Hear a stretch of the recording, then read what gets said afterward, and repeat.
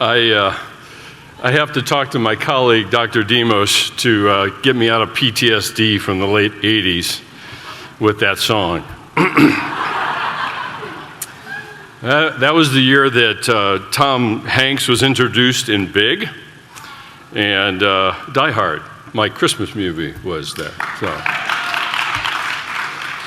Anyway, I am very humbled and honored to be asked to do this. There is one reminder I wanted to make about these graduation speeches that were actually, you may not know this, they were largely invented in the belief that outgoing college students should never be released into the world until they have been properly sedated. And graduation is coming in just two days. 2 days. You guys got it down to the minutes and hours, I suppose.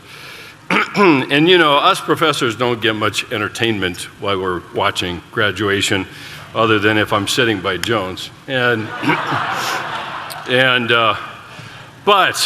the one highlight is I can't wait to hear your name horribly mispronounced during the graduation ceremonies. Sorry, deans. No, I'm not sorry. So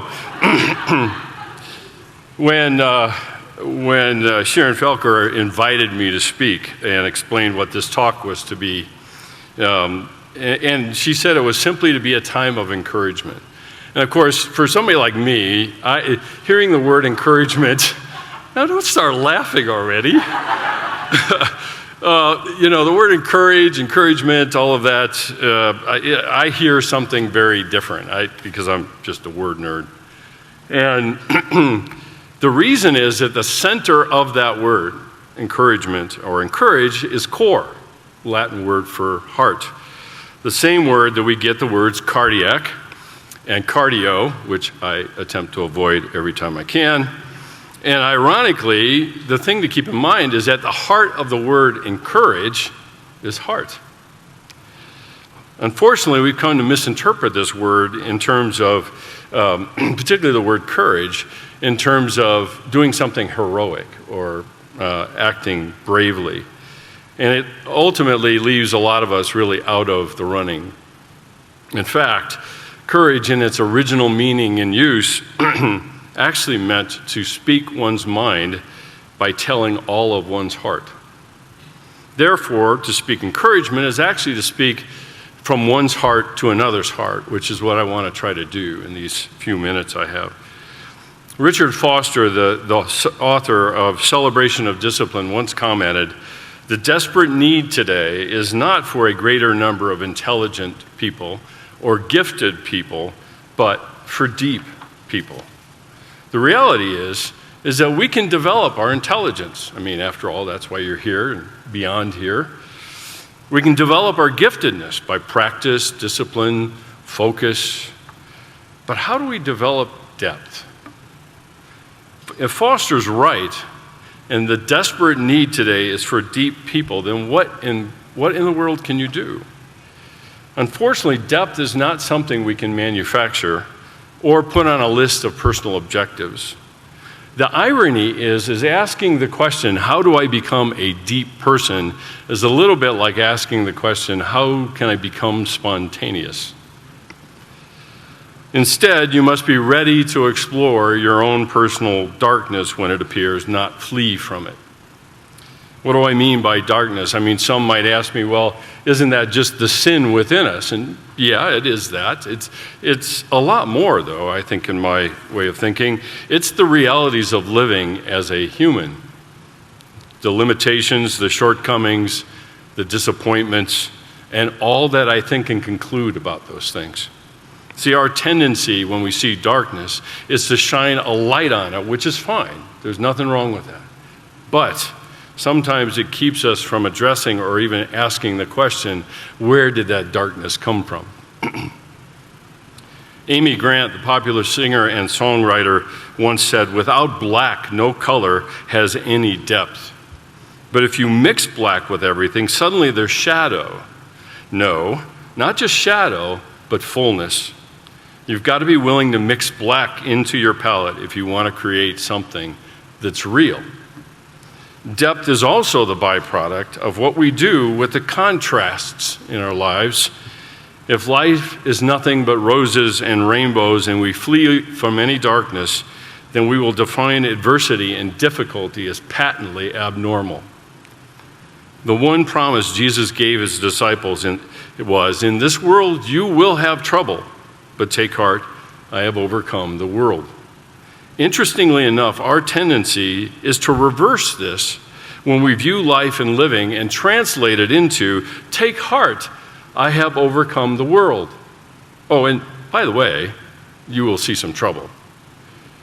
You see, our temptation is to make life and living and even God himself in our own image and according to our expectations. And then when darkness or sorrow appears, we ask, what's wrong with God? Look at what the writer of Ecclesiastes says about darkness when he refers to sorrow. Sorrow is better than laughter, and for sadness has a refining influence on us. A wise person thinks a lot about death, while a fool thinks only about having a good time. That sounds a lot like the curated life of social media to me. Sorrow, something to be avoided at all costs, is better than laughter. Sadness refines us. What a statement.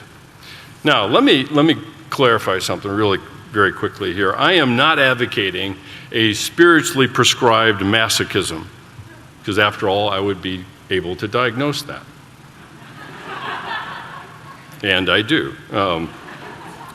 Or pursuing sadness as a preferred activity for everyday living.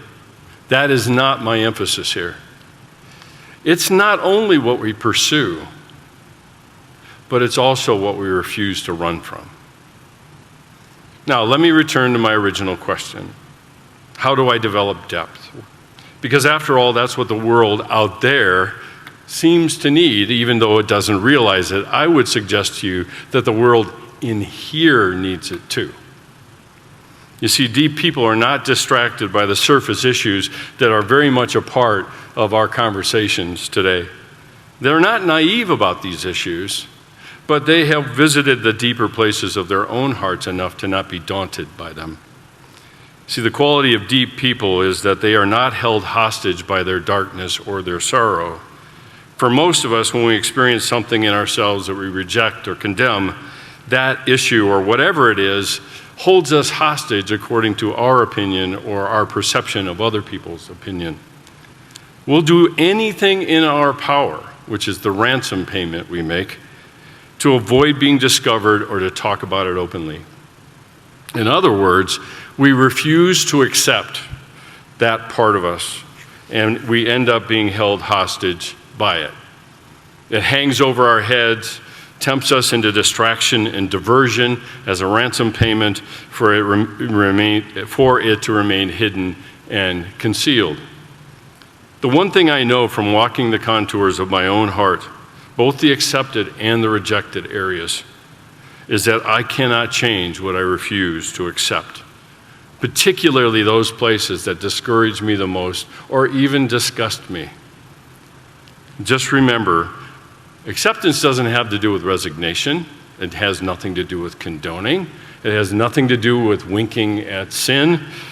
But one thing is for sure, that if I refuse to accept what is going on and continue to make the ransom payment, it will continue to leak into all areas of my life.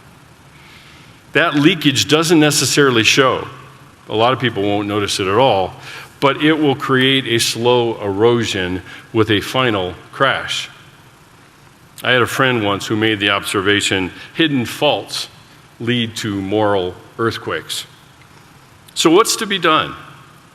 This is where courage comes into play, because everyday courage is displayed by the original meaning of the word courage. To risk vulnerability, being known to myself and to others, is where courage starts. It also means having the commitment to embrace the light of God in me while not denying the darkness I feel in my own soul. I will not own what's within me without saying something to someone who is trusted and safe in my life. because the minute I articulate it, I now own it. So let me chart a course for you. Ultimately, if you seek to be the deep person I'm talking about, the path will not only take you through mountaintops, but also through valleys. You see, we gain a magnificent perspective from the mountaintops, but we gain depth and wisdom in the valleys. King David echoes this in Psalm 23. Even though I walk through the valley of the shadow of death, I will fear no evil, for you are with me. How often have you heard someone say, at my lowest point is when I felt the closest to God? I have another way of putting it, and it goes this way. At no point do I feel closer to God than when I'm wrestling with him. So this is my charge for you today. Live in the tension between grace and truth. Don't refuse the darkness or reject it within you. Lean into it, learn from it, allow it to develop you, because when you do, you will have the opportunity to bring it into your relationship with Jesus and learn to create a space for other people to do the same. I challenge you to cultivate your willingness to walk through the valley of the shadow of death. And without knowing, and even without being aware of it, God will shape you into the kind of people our world needs. Deep people. God's richest blessings on each of you as you continue your journey. Blessings.